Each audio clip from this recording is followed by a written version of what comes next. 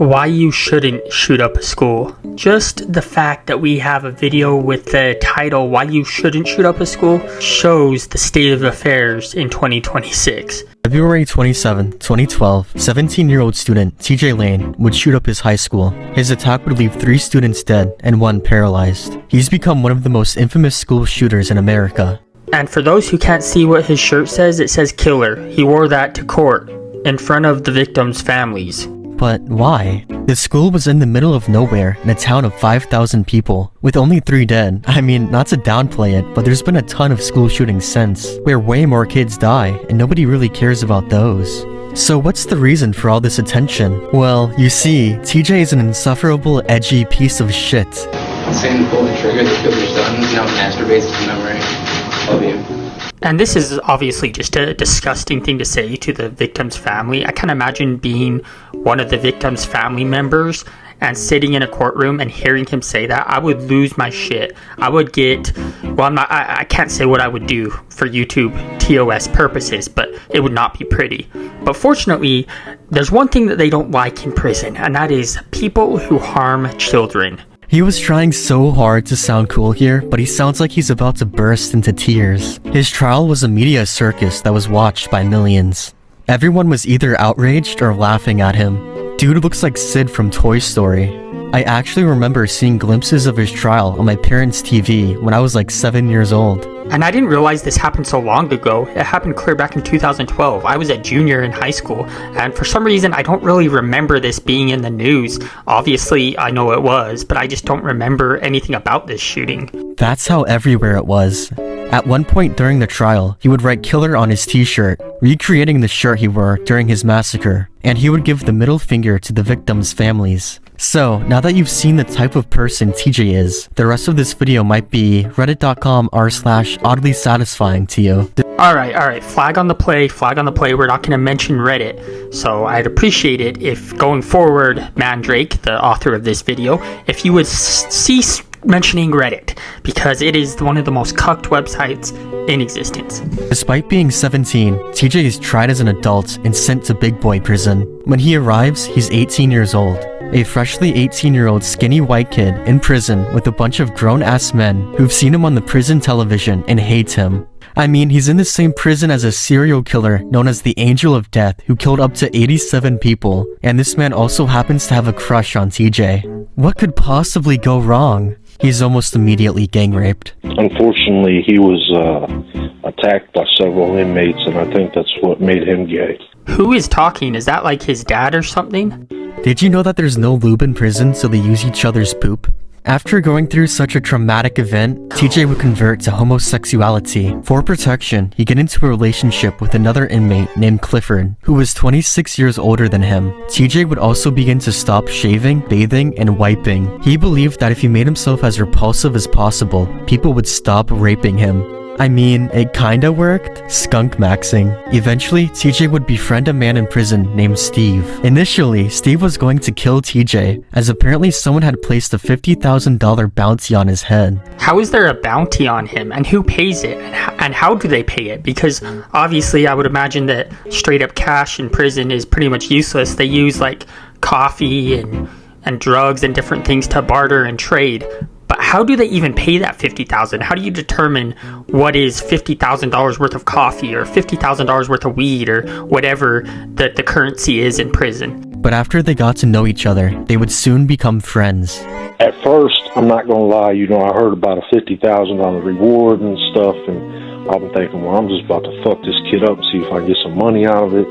Right. And I kind of got cool with the kid. He's all right. He's just confused and had a rough life. He'd end up helping TJ respond to letters from fangirls in exchange for a cut of the money the girls would send. Yeah, he has fangirls writing letters to him in prison. This actually reminds me of the time my sister wrote a letter to a convicted killer. Jodi Arias was her name. And Jodi Arias wrote back saying, "Don't ever write me again." It was funny. And a lot of them felt so very betrayed when they found out they were writing to a 40-year-old man instead of their favorite twink school shooter. Imagine finding out you were getting cucked the whole time by like a 50-year-old man. Brutal, man. You don't think he kind of shat on his supporters when he had you or William write them back. You know, like, I think a lot of his supporters felt really, really hurt that he rejected them. You know what I mean? So the phone call I played is between a Tumblr blogger and TJ's friend from prison, Steve. The girl is acting super weird during the entire call, and what I mean by weird is that I feel like she wants to fuck school shooters. She's like, oh, don't you feel bad you betrayed their trust? No, they were writing to a school shooter. If you trust a school shooter, that's on you. Oh, and by the way, even though Steve sounds like a chill guy, he's a serial child rapist who died a few years ago. So I guess it's really not that surprising he'd be friends with TJ. Anyways, the Tumblr blogger girl, after hearing about TJ's gay relationship, would begin theorizing if TJ is a bottom or a top on Tumblr. Somehow, TJ would hear about these posts and manage to find her phone number. This is the resulting voicemail she got. Hi, this is TJ Lane. I've heard you've been saying some shit about me on your blog, and I don't appreciate that. For your information, I have clean skin, and I'm not a sub-bottom, whatever you say. I like women. I respond to all the hot girls that write me. Fuck you, you bitch, whatever. Adios. That's gotta be the gayest voice I've ever heard. How does he have a phone? Can you just call people in prison? I mean, they do have phones in prison, and you can also smuggle in cell phones too. It's not that hard. That was probably like the one phone call he was allowed to make the entire month. The guard whose job it is to wiretap the phones was probably really confused. And also, obviously he's a bottom. How is that even a debate? There's no way his little piercer is getting in any hole. Anyways, a teenage girl, believing that TJ had beat the gay allegations, would write him a letter. Now, we don't have the letter she sent, but we have the letter she received. A letter was sent from this address to an inmate in this prison, Thomas M. Lane III, also known as TJ Lane, the Chardon High School shooter, from a young girl who I assume is your daughter, named Blank. I'm sure as her parents, you are not aware your child is attempting to flirt with a prisoner in a maximum security facility, as I'm sure you wouldn't have allowed this to happen. It's not smart for minors to write men in prison, as nothing around here is personal or private. TJ showed me the letter your daughter wrote, along with her pictures, before he disposed of it. It was amusing to both of us, because she seems infatuated with someone who has no remorse for his crimes. I handle all of TJ's letters from fans. We are in a relationship together. Yes, TJ is gay, and has no interest in your daughter. Bro, this has got to be so humiliating. I don't even know what to say, man. I'm gonna take it easy on her because she's only 16, but that's the biggest L.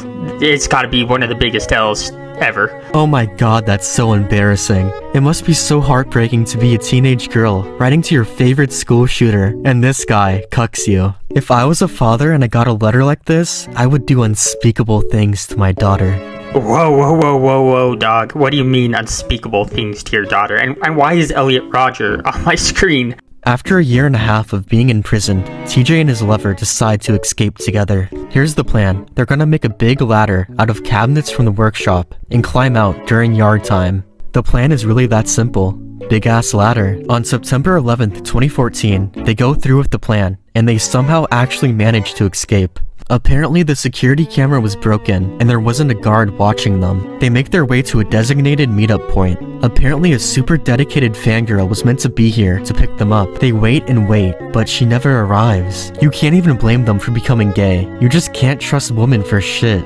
Based misogyny moment. They realize it's over and they both go their separate ways. I imagine they shared one last kiss goodbye. By 1 a.m., they're both captured. TJ was found with a pitchfork behind a church. His lover was found under a boat. They will never see each other ever again. As punishment for his escape attempt, TJ would be sent to a supermax prison, Ohio State Penitentiary. He would stay there for 2 years. That's 2 years of 23 hours in solitary confinement. He would only get a single hour each day for outdoor recreation, and the outdoor recreation was just a room with a few dumbbells and a 4-inch slit in the wall. That's what counted as being outside.